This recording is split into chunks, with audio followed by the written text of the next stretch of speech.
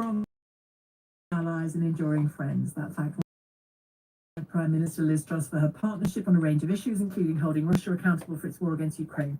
We will continue our close cooperation with the UK government as we work together to meet the global challenges our nations face. Blah, blah. Catherine, hello.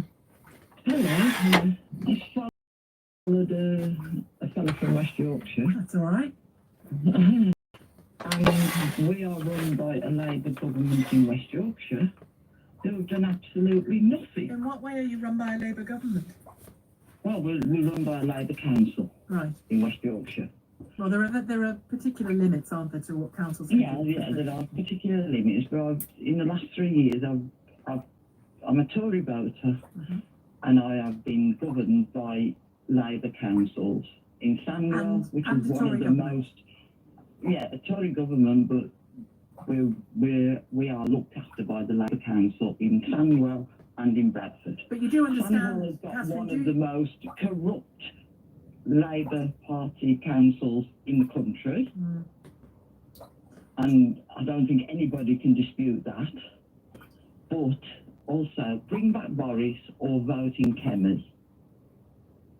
Because that's the only options we've got. But you do understand, don't you, that the government, the Conservative government, has way more power over your day-to-day life than any local council does? Yeah. The local council are supposed to run us. Well, but they're supposed to run elements of your life. We have had nothing.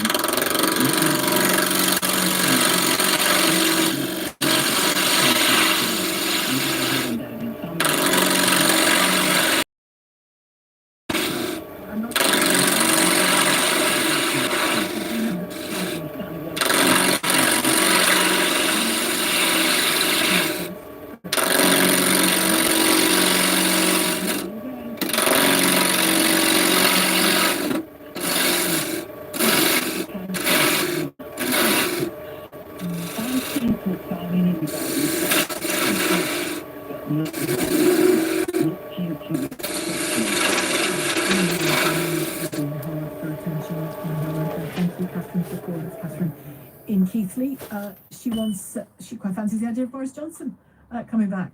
Helena in Harrow, you tell me. Hi. Hello.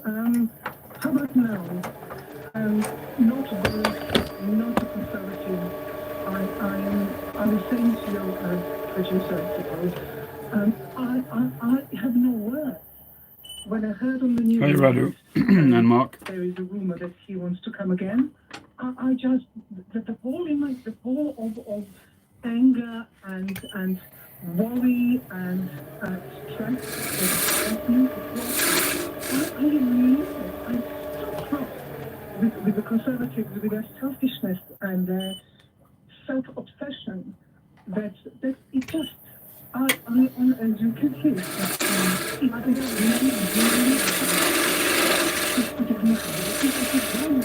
my building and screen order of steamwork that I have learned in the last 30 years.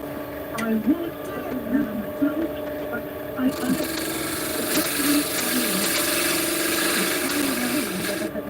wish I had left it to my team because I had nothing to do. And you're not aggressively hiring before. No.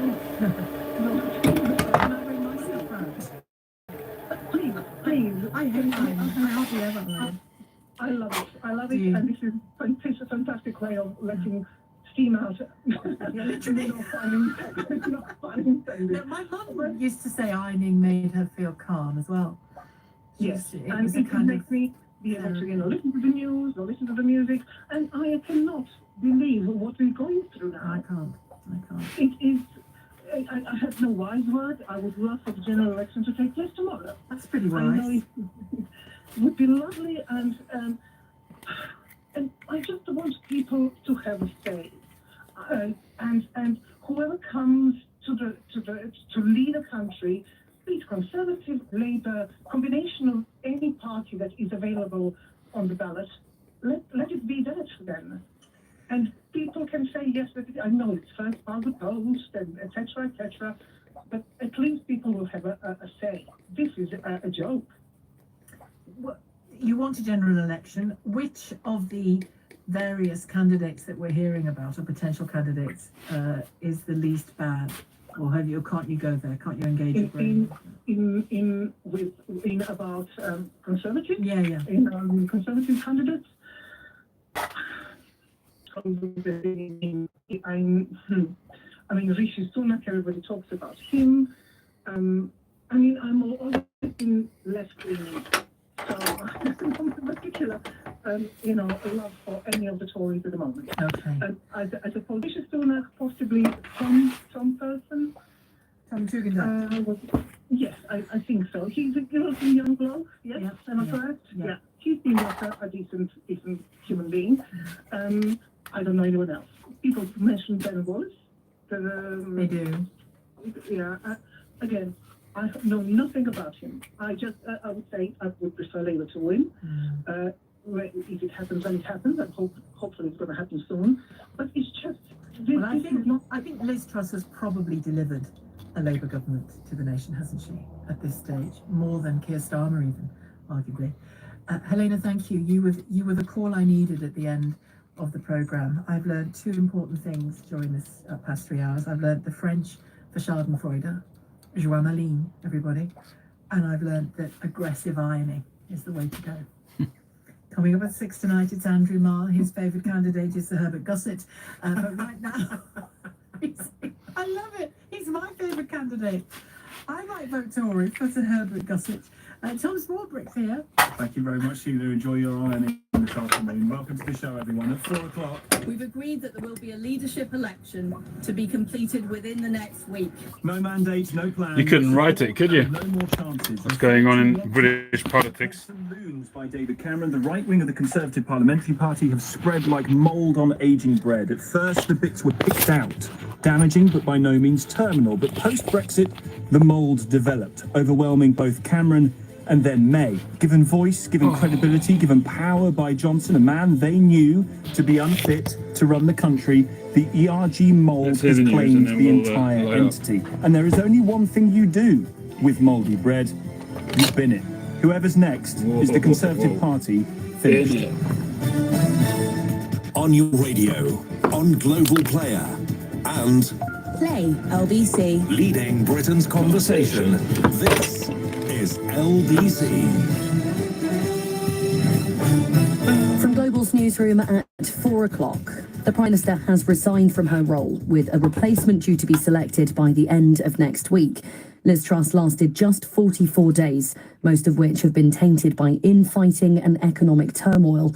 Speaking outside Downing Street earlier, Ms Truss laid out what she thought her achievements had been. We delivered on energy bills and on cutting national insurance. And we set out a vision for a low-tax, high-growth economy that would take advantage of the freedoms of Brexit. There had been unrest within the Conservative Party, though, with 17 publicly announcing they wanted Ms Truss to go. Now, Labour leader Sir Keir Starmer says the public deserves a proper say on the country's future and has called for an immediate general election. The Liberal Democrats and the SNP are making the same demand. Leader of the Lib Dems, Sir Ed Davey, has told LBC the Conservatives have repeatedly let the country down. Liz Truss trashed our economy, and before her, Boris Johnson failed our country. And you know what? I think the Conservatives keep showing time after time that they're unfit to govern, and I don't think another Tory Prime Minister is what our country needs. Some Tory MPs say Boris Johnson would be the best replacement for Liz Truss. It's being widely reported the former Prime Minister could stand in the leadership election just 6 weeks after he left office. Penny Mordaunt and Rishi Sunak are also being touted as potential candidates. But speaking to Andrew Castle on LBC the day after he was made Chancellor, Jeremy Hunt said he had no ambitions to take the role. I've done 2 leadership campaigns. I think the desire to be leader has been clinically excised from me. I'm doing this job because we're in a very difficult situation and I'm in public service and I want to do my duty. Prime Minister Hunt sounds good though, doesn't it? I've said it's not something I want to do, no. The markets have broadly reacted positively. A short time ago, the FTSE 100 was trading up 17 points at 69.42. The pound buys $1.13 and €1. So, interesting times. How you doing, Boris? So the pipe I was making yesterday is there. That's all done. Undercoat is on. Stem is done. Really nice stem. Very happy with how it came out.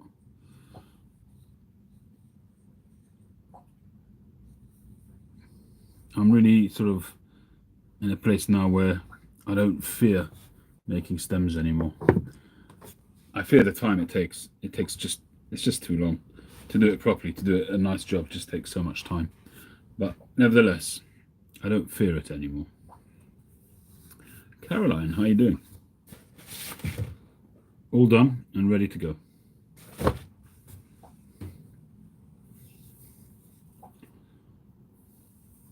I'll probably go off to you tomorrow, all being well. Although I don't know where the post is up to. Is the strike? There is a strike today, isn't there?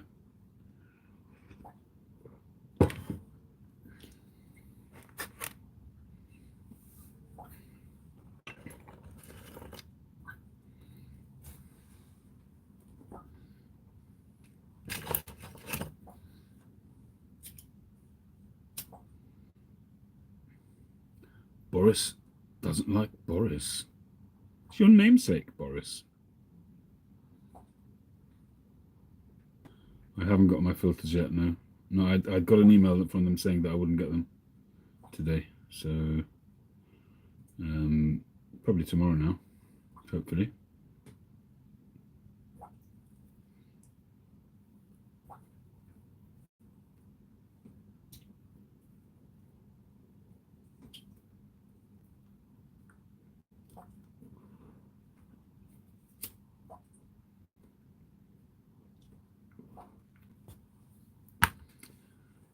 Podigus D6.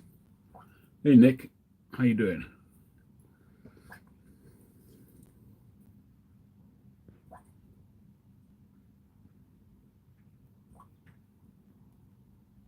Today and Tuesday. What a pain in the butt.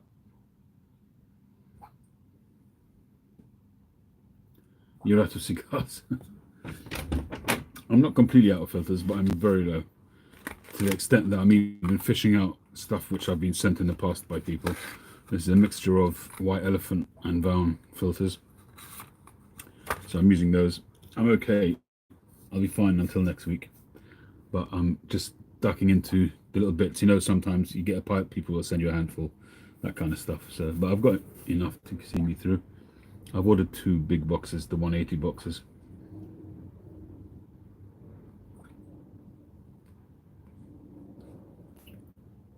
And I'm pretty sure that I've got a 100 count box out here somewhere. I just don't know where it is, as usual.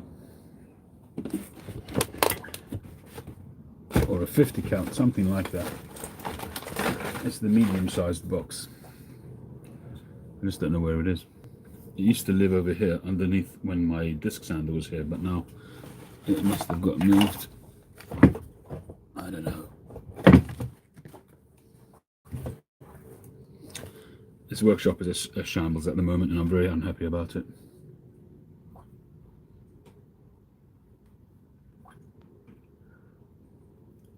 You've started to sell filters. Yeah, makes sense. Although, you know, the main market is Germany, and that still seems to be doing okay. Although I'm not sure if it's been banned in public places there or not, outdoors. But it's a good idea. It makes a lot of sense, Jack.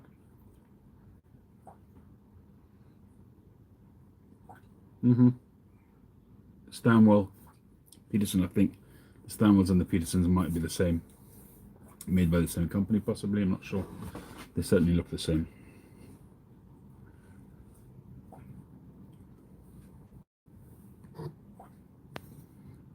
And it's got a Brano wood accent there. It's oval shank.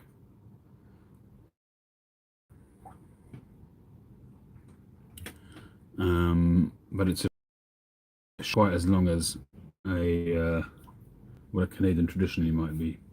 So I'm calling it a short Canadian.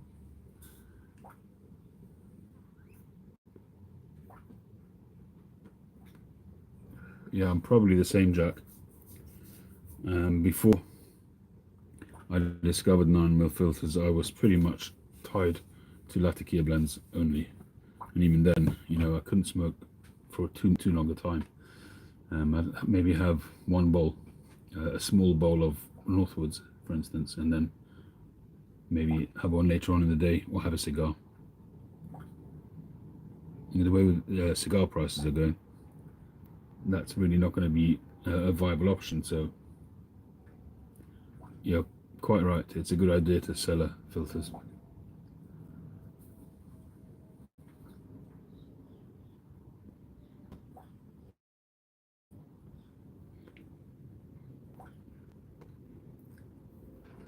Yeah, I mean, every so often GQ has them on sale. I think he's got them on sale now. The price had gone up to something like 20 odd quid for the 180 box. It's now 16 something, so I bought 2 boxes. But I think you're right, I think it's worthwhile selling them. I didn't really think about it, but I know a lot of people sell pipe cleaners as well. I know people who talk about having hundreds and hundreds of packets of them. I think there's less worry about that because the arts and crafts trade use them as well. But I don't know how big that market is, to be honest.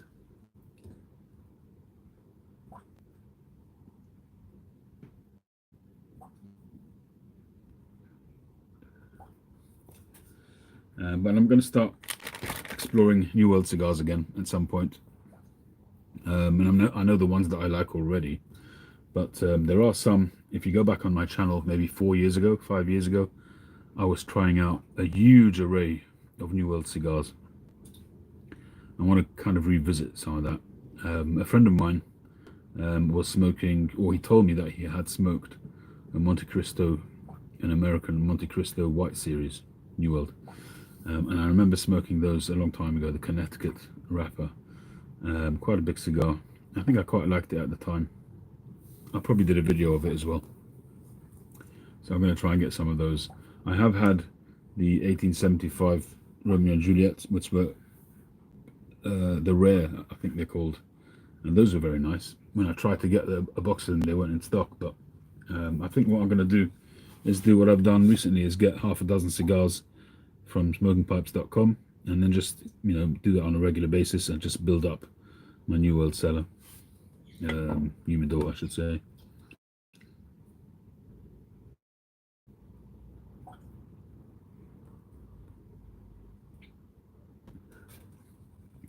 Have you got any favorites, Jack, for New World cigars? No, you're right, they won't be the same quality, the arts and crafts ones. I agree with that.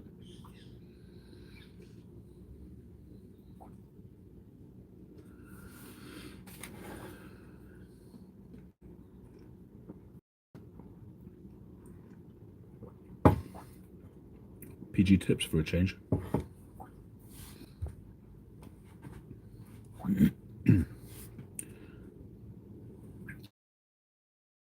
mean, bearing in mind you're like to hear what you like in non-Cubans. When I talk to Americans, it isn't really interesting to me. I mean, it's interesting, but it's not interesting to me. It's not relevant to me because they don't have the taste of Cuban cigars. When I watch some of the guys in America, the big channels, smoking a Cuban cigars, saying, because they're coming from New World cigars, which are much, much stronger, richer, peppery. So it doesn't mean much for me because they don't have the Cuban benchmark. But somebody who's, for the most part, smokes Cuban cigars, it would be good to know if they've, you know, what type of New World cigars they do enjoy.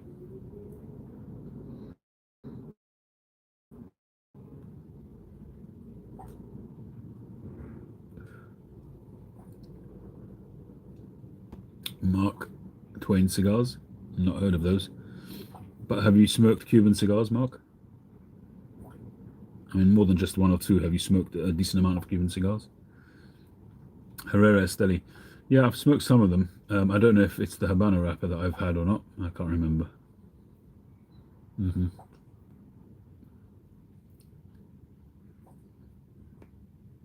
I use the Vaughan Dr. Pearl Jr. I've always used these. When I came away from the Emirati sale those number of years ago, I came away with a bag of 200 Blitz filters and Stanwell filters and White Elephant filters, and I basically smoked through all of those. And then once I got through those, I stuck to Vaughan. For me, they're the best. It's just my personal, everybody will have their preference. You didn't see that one coming, Patrick. Well, if she wouldn't have resigned, she'd have been kicked out. That was always on the cards. She was useless. Interestingly, I first got to the Olivas with the Serie Vs, and I liked them. And then I tried the Milanios, and then I didn't like the Serie Vs anymore. I mean, I smoked them every so often, and Cole sent me a bunch of them a while back, which I enjoyed, and I shared out as well. But for me, it's the Milanios, really. I'm really not much of a fan of the regular Serie Vs anymore. I mean, I don't know what they'd be like with some age, maybe.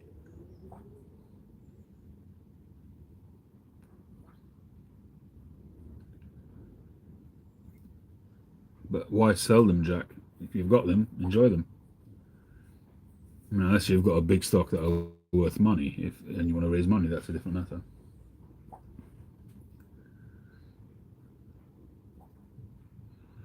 I've really depleted my stock of boxes. You know, even if I wanted to sell Cubans, I haven't really got a lot to sell. The only, because you obviously, I'd only sell whole boxes really. I mean, you can sell individuals, but you know, boxes wise, I've still got the 2012 Ramon Iones Petit Bellicoso, which is the regional edition for Great Britain in 2012. I've got a box of those. I've got a box of also Ramon Iones limited edition, no, hexagons, which is the French regional edition for 2016, I think. A box of those. They must be phenomenal now, because I smoked them when they came out. I smoked 2 or 3 boxes of them when they came out, and I just kept that last box. And I know that if I start the box, I'm going to just go through the box in no time, so that's why I've held off. But those were great cigars. From the first day, they were great. I've got a box of 2019 Ramon Iones limited editions, the Pyramides, the one in the green box.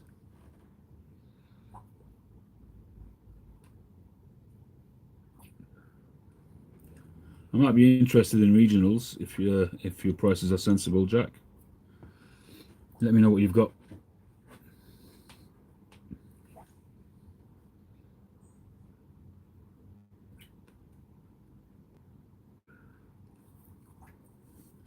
I like regionals.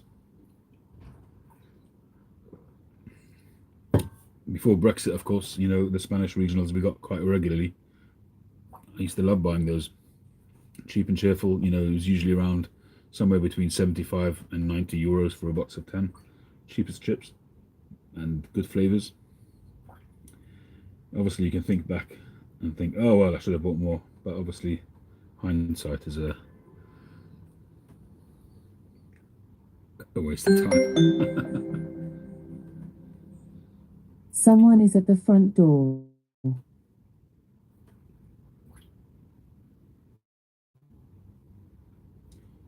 Kids are coming home.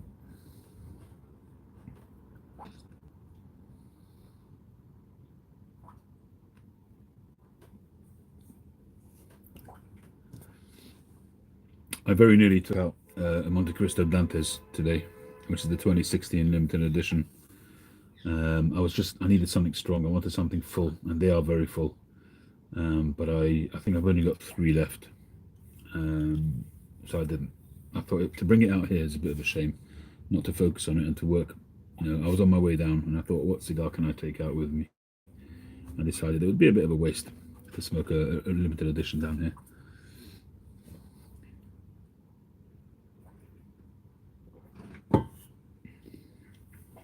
All right, I'm almost ready to go back to the lathe. Just give it another minute or two for the glue to do its magic.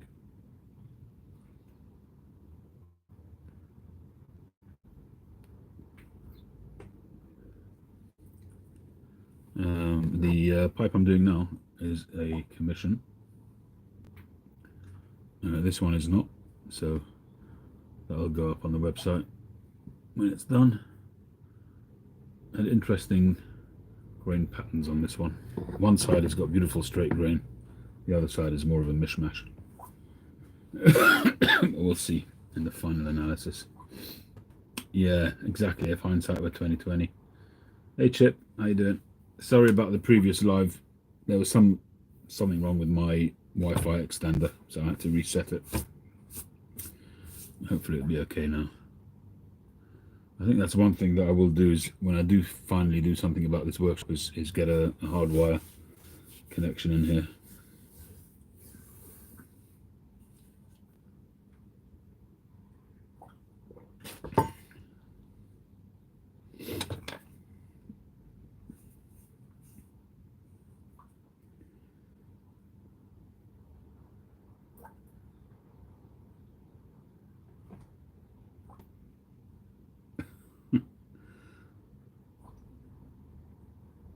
Is not exactly in good taste, but this is a joke, which is just doing the rounds, which my wife sent me. To lose one, Liz, fellow Brits, may be regarded as a misfortune. To lose both looks like carelessness.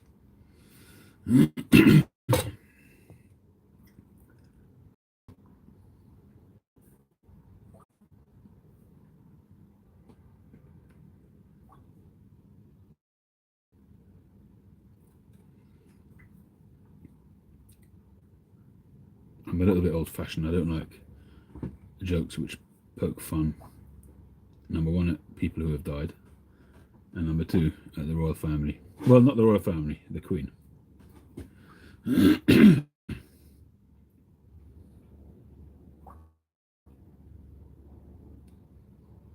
There were a lot of jokes going around about Princess Diana when the Queen died, which I wasn't happy about at all. Well, it just wasn't nice.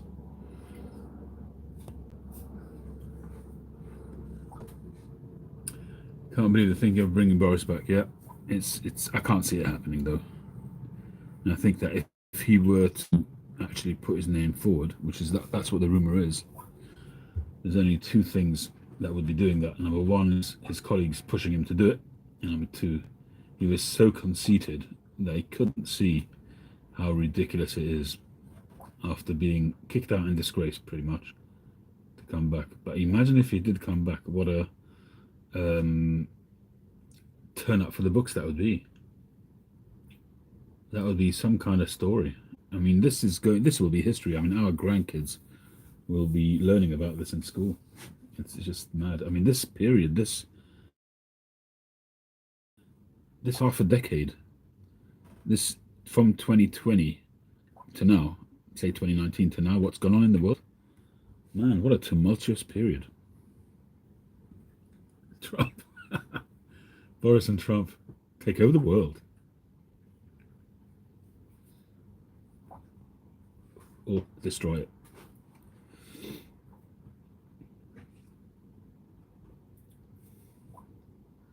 See, my position on Boris, although I'm not big on politics, to be perfectly honest. I got so fed up with it already years ago. I don't really do I don't read up in the papers and look up the political sources. I just don't bother with it because it's all lies.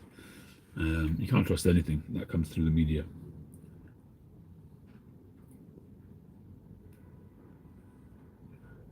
But for me, Boris, he had this clown persona and all of that. But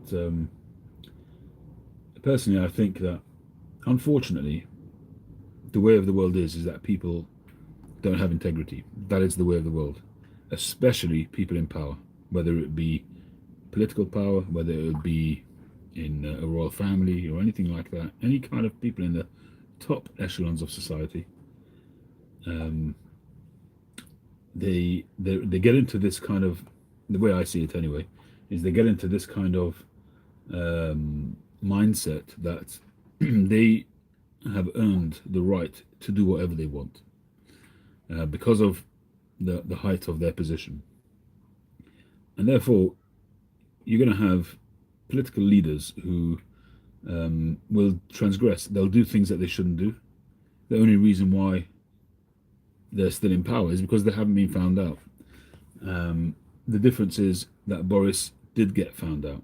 Now, I think that ultimately, the world should be based on truth and on integrity. The fact is, though, that it isn't. And what I just don't know whether, see, either we say people have to have integrity, come what may, you have to be an honest, straight, no BS, and that's it. And if you do get caught out, that's it, your history. Or we look at their track record in the job that they're employed to do. Usually I wouldn't say that. If someone's dishonest, he's not fit for leadership. But I think the way the world is so corrupt that if you were to do that every single time somebody transgressed, nobody would ever stay in power. That's what I think. And I think that that people in the Conservative Party were too hasty, because what have you had now since then? You've had an absolute shambles. You've had a disaster. And what he was dishonest about was, I think ultimately, I'm not saying he shouldn't have been kicked out, because what he did was bad. What he did was beyond, some kind of personal dishonesty. This was something which he expected the whole nation to do, and he didn't do himself. And, that's completely hypocritical based on his job. But I just think that the world is such a different place now. And I mean, I'm just sort of chewing over some thoughts in my mind. I'm not saying that one way or the other. I'm just talking about around the topic, I'm not sure, I'm not clear in my mind myself, because ultimately you do something wrong, and you get found out, you've got to suffer the consequences. But I think, as I say, the world is so corrupt that the way it is at the moment, I'm not sure that we're in a better place.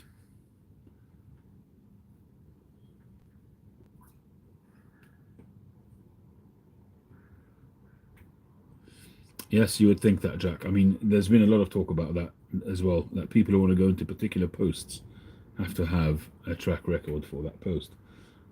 Historically, it's always been about the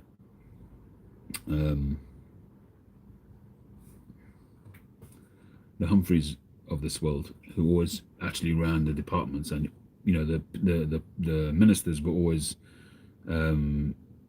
just figureheads, really. They were just puppets almost for all the civil servants who are actually running the country. Problem is, as you say, Jack, is that when you've got somebody who doesn't know what they're talking about on the particular job that they've got in the government, and they maybe override their minions, the civil servants, and then they end up making mistakes like we've had recently, that's when you have a problem. On the other hand, if you have somebody who does know something about the job that they're going into, they could also possibly go their own way, in a way which is ill-advised, and go against the civil servants who have been there for a long time and understand things better, and understand the history and how the cycles and the wheels turn in government. There's pros and cons, because a lot of that kind of setup is very stale and non-progressive, whereas you bring in somebody who's going to bring in new ideas, maybe get some progression going. I think there's pluses and minuses.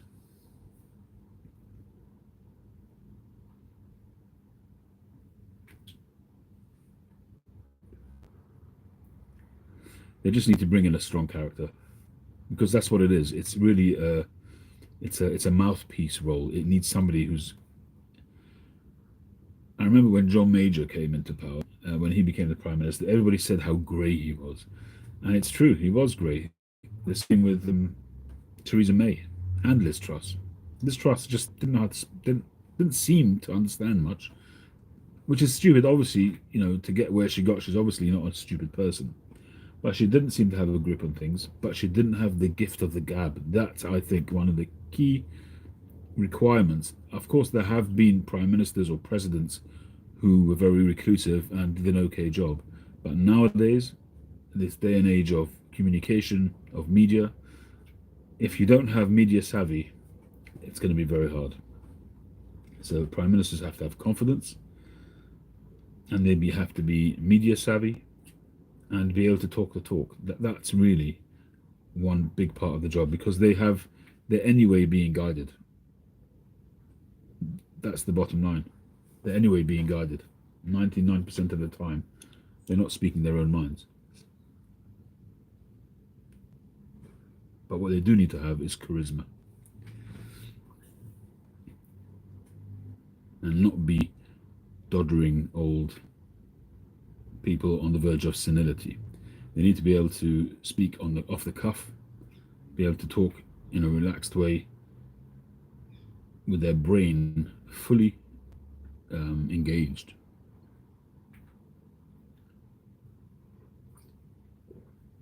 Del Boy, yeah, we need Del Boy.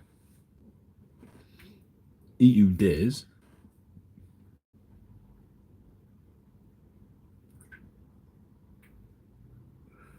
I could just see him standing up at the what's his name in the House of Commons. This time next year we'll all be millionaires.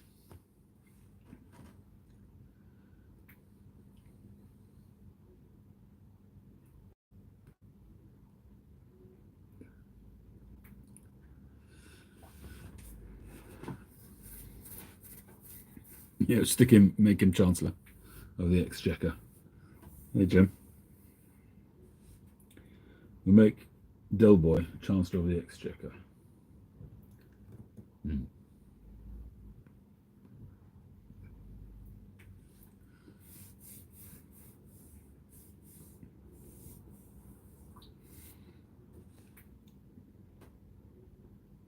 Well, on paper, you're right, Radu, but in reality, historically, it's never been it's never been that way. You know, people have not had to have the ability to do a particular thing in order to be an MP or a Prime Minister. It was much more about their persona and their ability to rally support from co-members of Parliament. I mean, look at Joe Biden. Joe Biden was a career politician, and on paper, he should have been a great president. But look at him.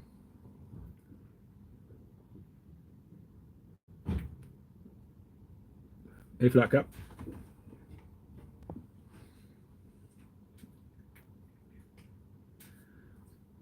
In the pot there should be, or in my wallet, which is on the desk.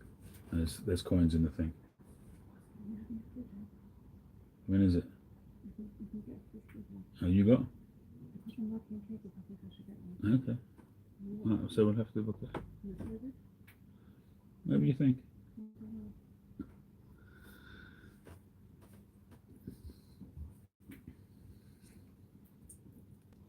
Hey, flat cap. How you doing? Yeah, ordinarily, Radu, you'd be 100% right. If somebody, I mean, you have a look at companies as well. Big companies, they're hiring. You know, when something goes wrong, they fire the chairman of the group or whatever it is, the chief executive, and they'll bring some other guy in from, I don't know. Let's say they get somebody in to take over. I don't know, some big company, you know, British Gas, and they'll bring him over from being chief executive in Marks and Spencer's. How does that work? It's because it's leadership. Leadership is the key in how to run a business, how to delegate, and how to organize, how to structure. It's not so much about the actual product itself. It's more about the ability to lead and to lead other people and to restructure and to motivate and everything around what brings success to a company. But not always do they have to have experience with the actual product. Hopefully you're going to do some videos there, Flat Cap.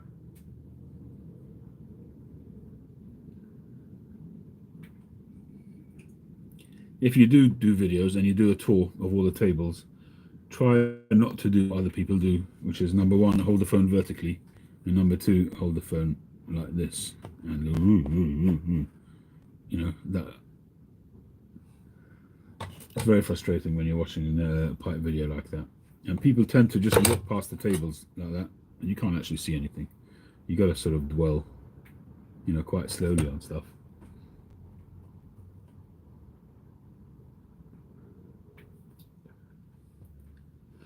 Yeah, on smaller scale businesses, I would agree with you, Radu. That's much more important, because it's a different ball game. Because if you're, for instance, a pipe filter salesman, you need to know the product, obviously, but you're not dealing with such a huge company. You know, you might have maybe 50 employees or 100 employees, let's say, but when you're dealing with, say, a national, say something like British Gas, and they're employing thousands and thousands of people, you're never gonna get down and have to deal with the product and talk to a customer and sell them the advantages of British Gas compared to some other energy company. Your job is not the product. You don't have to sell the product. In the big, huge companies, it's the organization of the company, making sure the company is profitable. Knowing about British Gas, it's down to the people down here. It's their responsibility to make sure the salespeople, the intermediate leaders, the group leaders, the team leaders, it's their responsibility to make sure that the product sells. But in these big, huge companies, the guys at the top, they have to be able to motivate these sort of middle leaders to be able to sell the product further down the thing. If they had to get bogged down with the product, they wouldn't get anywhere.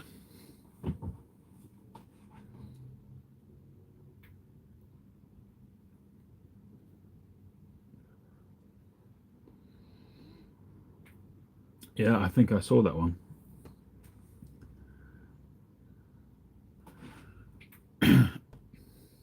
Yeah, you're probably right, Radu. I think it does depend on the size. I think you're right. I think it does depend on the size of the organization.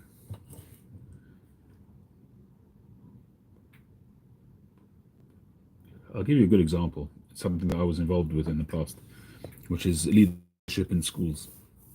So I was a governor. I was the vice chair of governors in a school.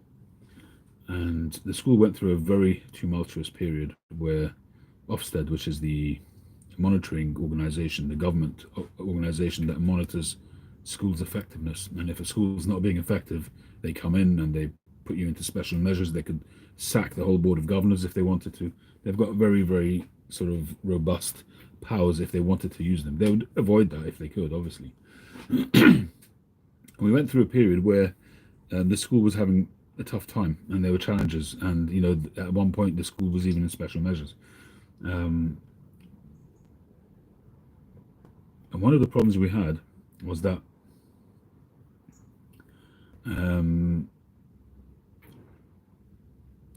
some of the governing body was getting involved too much in the nitty-gritty in the school, and you know, getting involved with staff and stuff like that. And in reality, in a school, it's the senior leadership team that deals with staff. So it's the head teacher, the deputy head, team leaders, and stuff like that.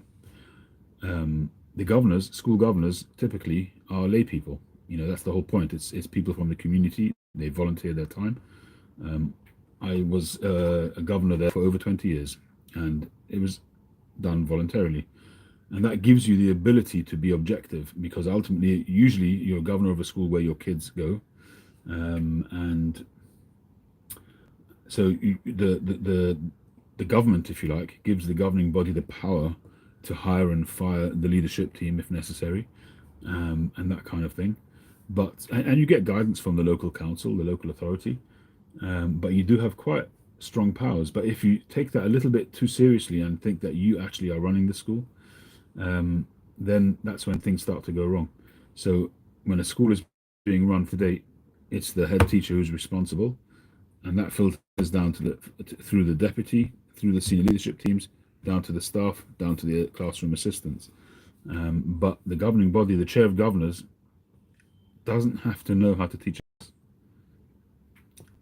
He'll get to know what makes a good teacher or what makes a good head teacher over time, but it's not crucial.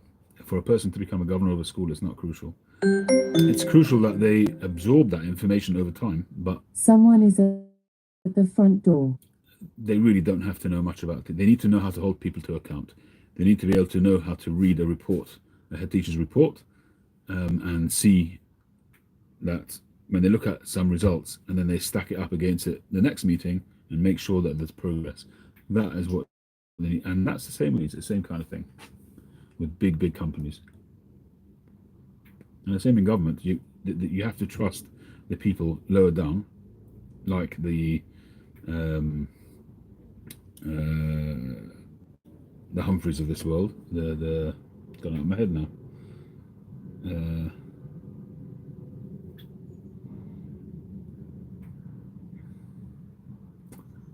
What are they called?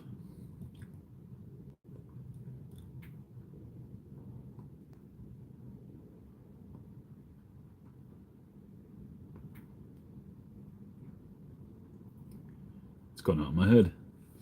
Humphrey in Yes Minister. Where did he work? What was he? And he was a principal private secretary, but what was the people that worked there, what are they called? It's gone out of my head. Have a good one, Jack. My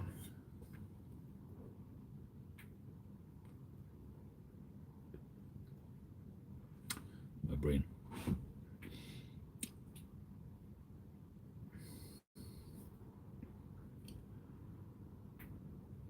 Anybody? The people who run the country, who run the departments, the people who sit at the desks, they are called, I said it before, it's gone out of my head. Civil servants, that's what I meant. Civil servants.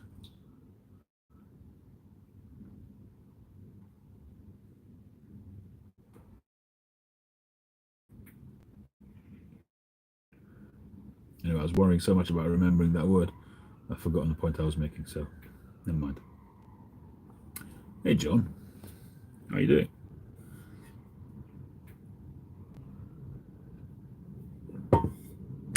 Right, I think it's time to get back to the lathe.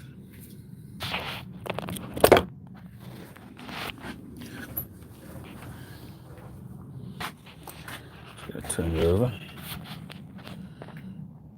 There we go. Plug in some power. There we are. All right, so we have a horn accent. I'm going to trim that off.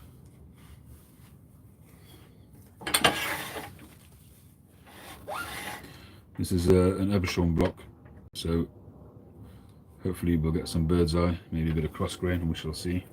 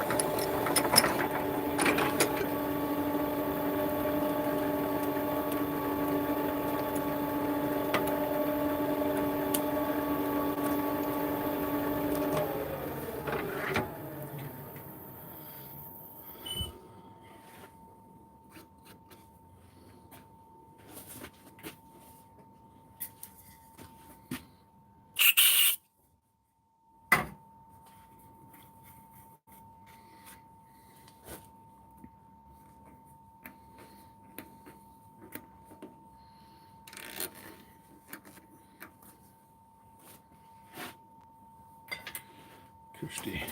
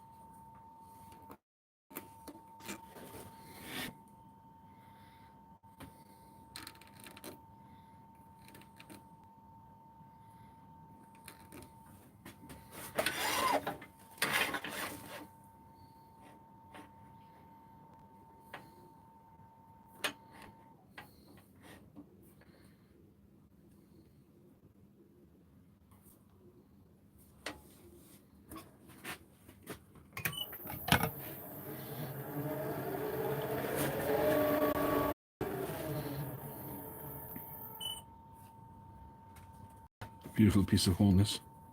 Lots of nice shades in there. That's looking good.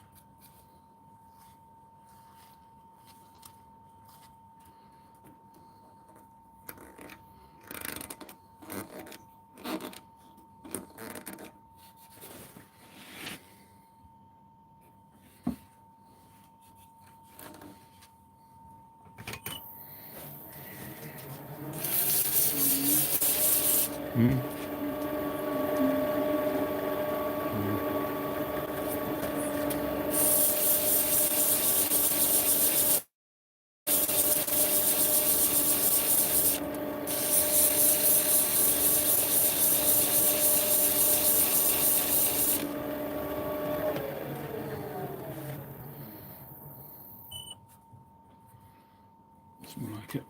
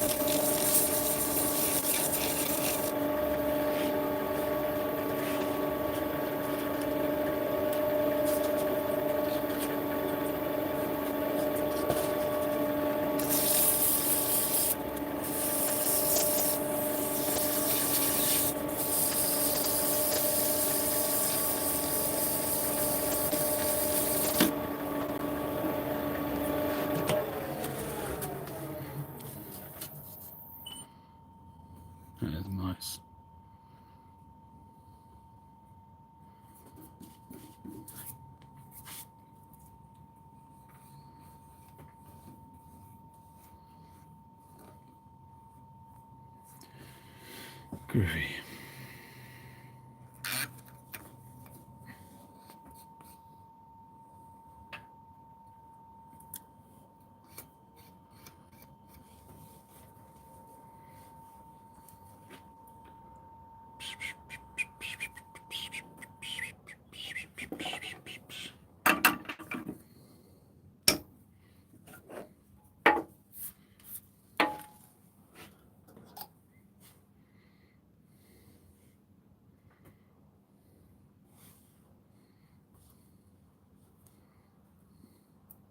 Daddy, when it says £40 O&O, what does that mean? Or nearest offer.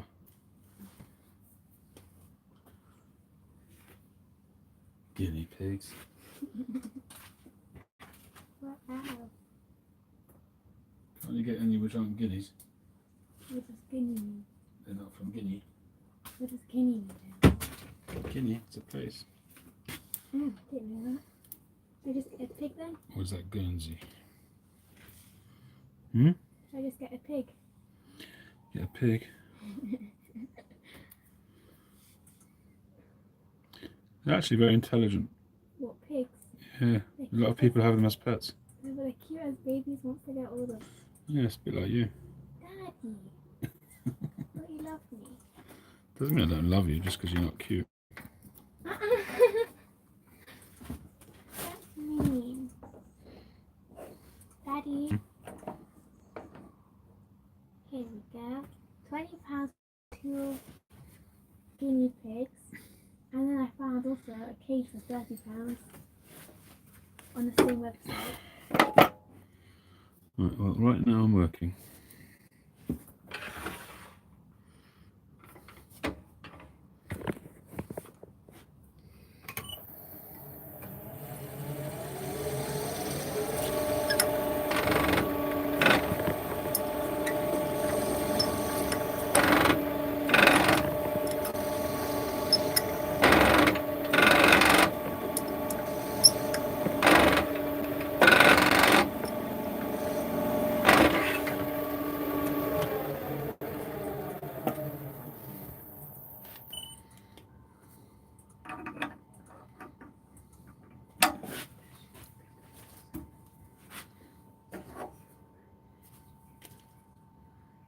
Beautiful. Daddy, Hmm? if I get this cage, it says it doesn't come with a ladder. Would you be able to make me a ladder out of wood? It's worth messing around. Just a plank of wood. If we did get one, it wouldn't be worth messing around. We just buy I'm sure you get something cheap on Amazon. No, I've looked on Amazon, it's so expensive. What, for a ladder? Oh, for a ladder. No, I'm talking about cages. They're like £300 for a tiny cage. No. They're so expensive. Well, that ain't happening. Yes, that's why I found this one. Then we can find a ladder on Amazon.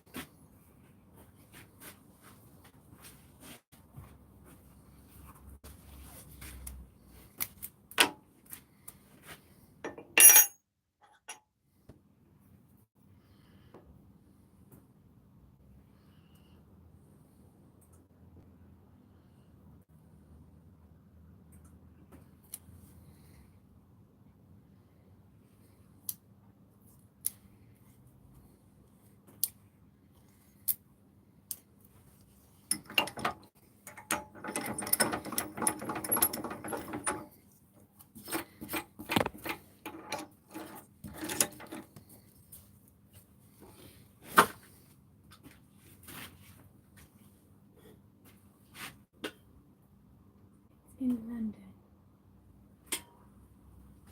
What's up? Oh, I had a bean with it. Hmm? I had lime, like pasta and cheese. So mate.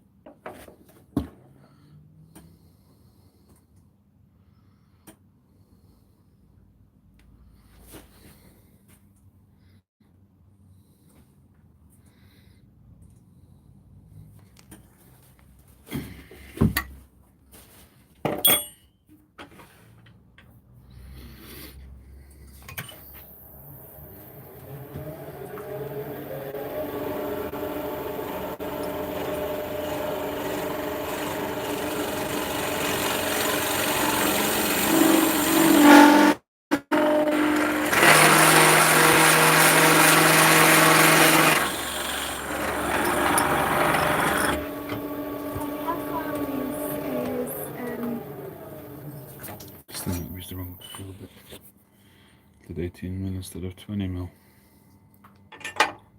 Yeah, but at least 18 is smaller than 20. Indeed, indeed. How far away is Surrey? Sorry, I don't think it's that far. 'Cause Maybe the an guinea hour's pigs drive. live in Surrey. Pardon? They live in Surrey. That's at the nice. moment. London. Mummy was born in Surrey. Isn't that an island? No. That one was on an island. No, that's South Wales. It's an hour and 26 minutes away. Lovely jubbly. Would you want to drive there? No, Why? because it's an hour and 20 minutes away. I know, we can do it an outing one The day. petrol will cost me more than the flipping guinea pigs.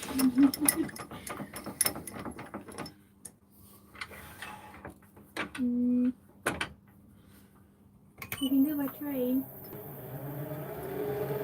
It's an hour and 27 minutes.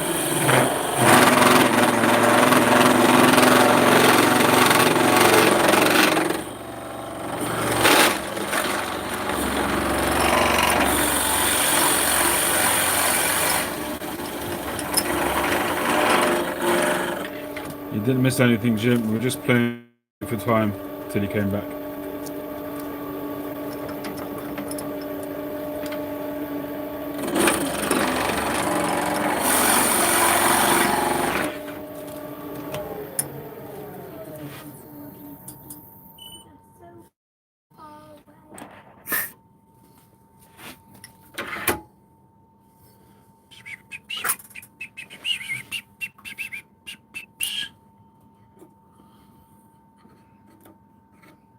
Cage is more expensive than actual guinea pigs. Doo-doo. Nice to be back on it, Jim.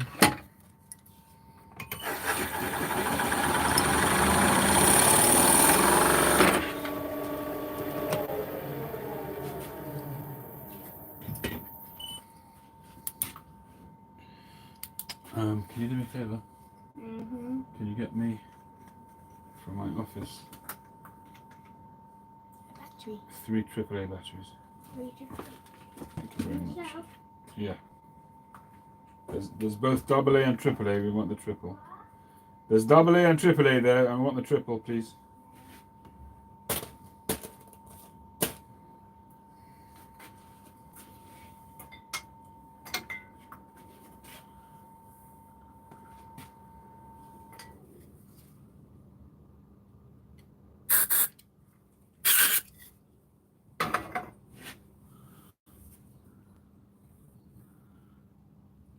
Bootylicious.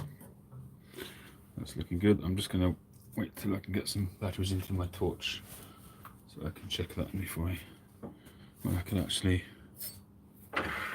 start doing the sides, I guess.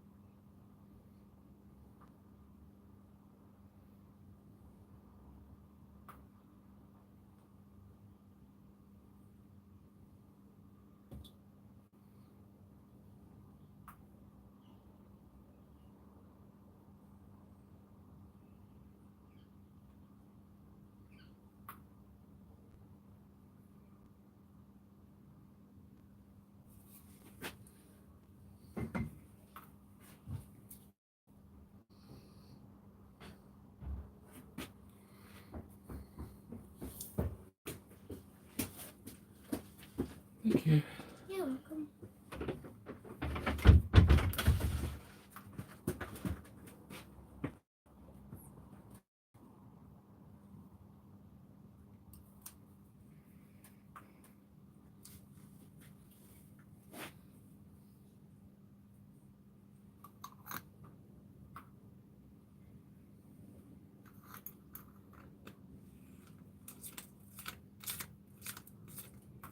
Well, Daddy, I can get 3 guinea pigs for £30.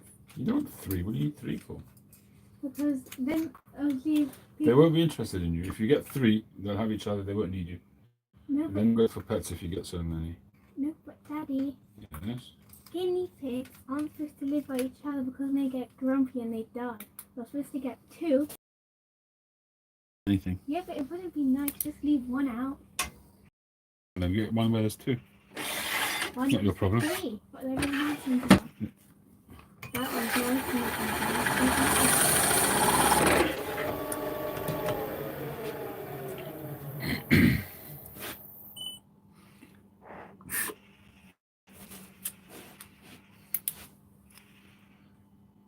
Beautiful. Right. Where's Bedfordshire? Bedfordshire. Yeah. It's up north, I think. Let's see how far away it is. Not sure if it's up north or south. I think it is. Midlands-ish, possibly.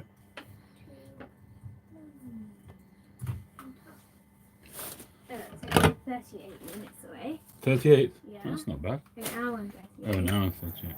So we won't be getting those ones.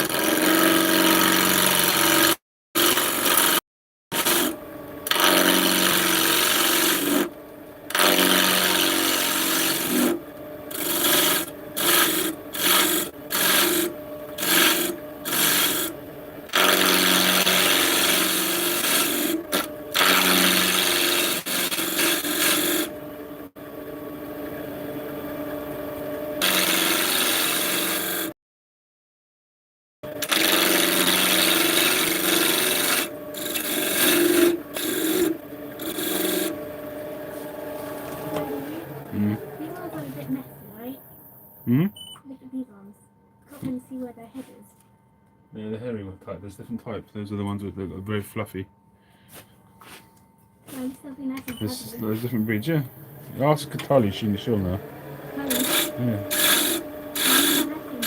They've had. Rabbits. Had guinea pigs.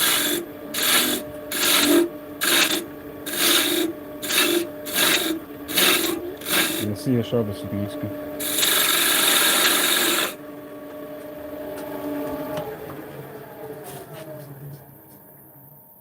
What's temperament? What's going on here? Ah, What? sorry about that. Somehow the thing turned around. The camera. Daddy, when it says good temperament, Temperament, it means they're well behaved. I like a temper. It doesn't mean necessarily temper, but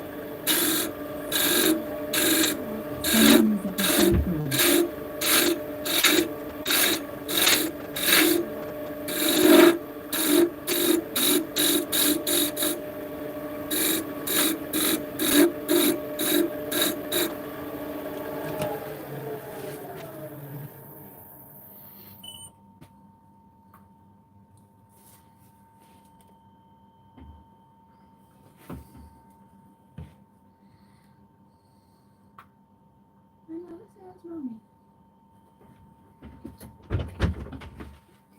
Hey.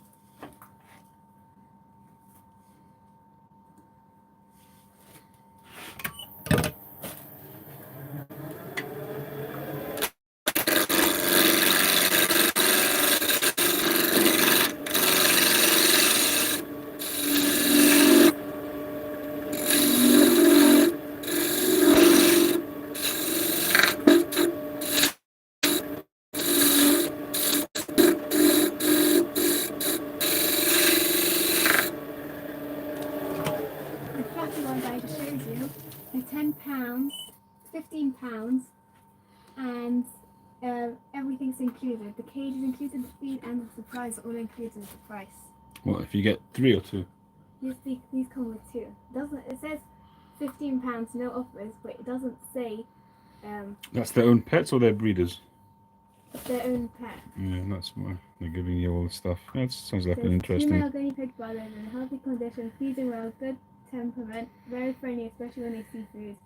Love a nose scratch, having to rehome due to lack of space and personal health conditions. We'd love them to go to experienced owners. We've had bunny rabbits, so experience.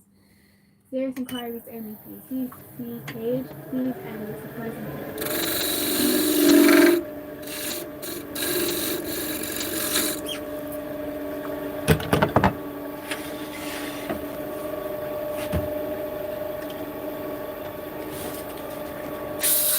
Where is that? In Slough, Berkshire. Slough is not too far. It's near Heathrow.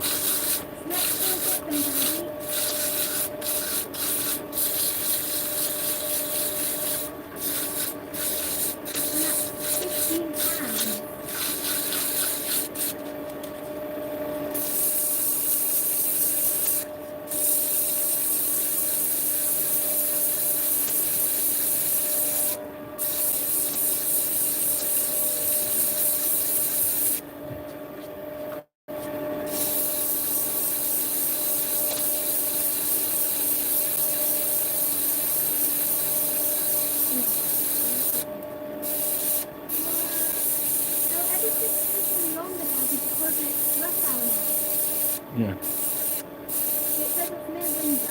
Yeah, it's Yeah.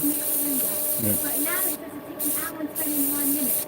Well, it'll probably take an hour, 45 minutes maybe. I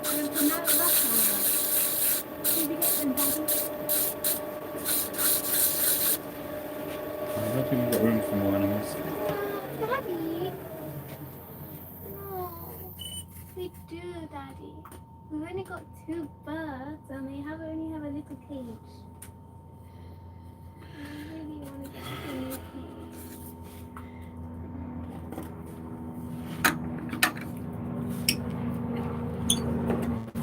Let me sit down.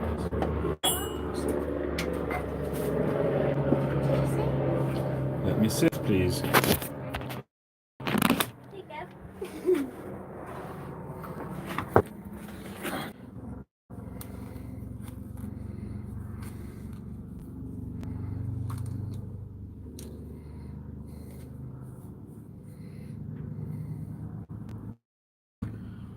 That's where we're up to so far. You can see that horn. It's got lots of different shades in it. It's really, really nice. So I'm going to be going in for supper, and I guess we'll be carrying on a bit later on. That's really cool. Yeah. From an animal. From an animal. Which animal? A deer. It's probably either from a cow. Cow. No, it's probably from a Since when cow. do cows have horns? Well, bulls. Right, can you go in please and let me know if it's supper time or not? Thank you very much. No. Alright, can you go there please? Thank you. But can you not cross it? Okay. Thank you. Love it.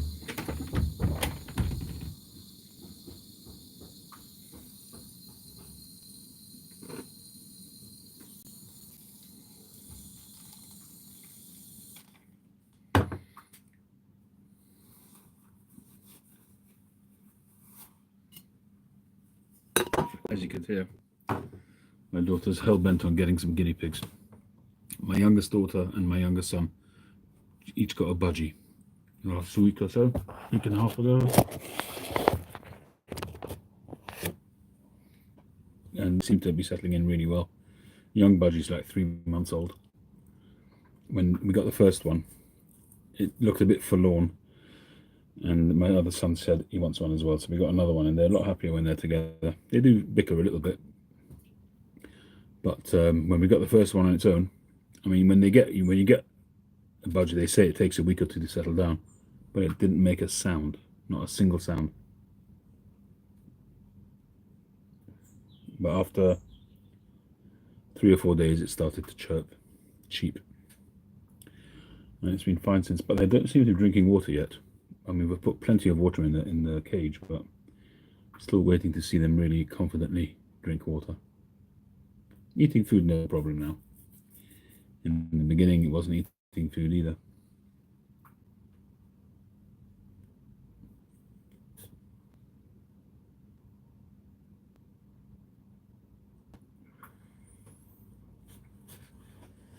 I had a message whilst we were on the lathe It looks like hopefully that my mum will be coming back home tomorrow, so that's good news.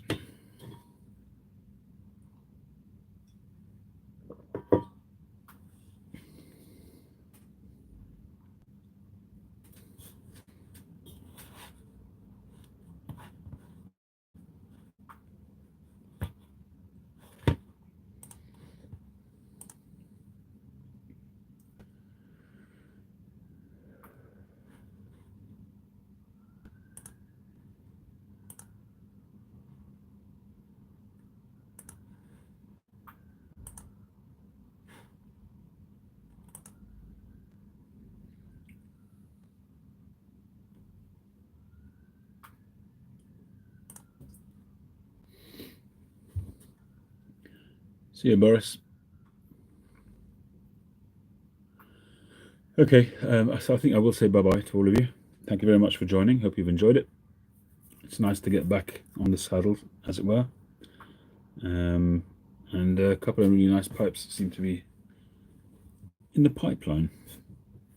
That one's looking good. And this one I'll be buffing up a little bit later on and hopefully revealing some nice grain with a bit of luck. That should be a nice pipe. Thanks everybody. Have a great day. Catch you on the next one.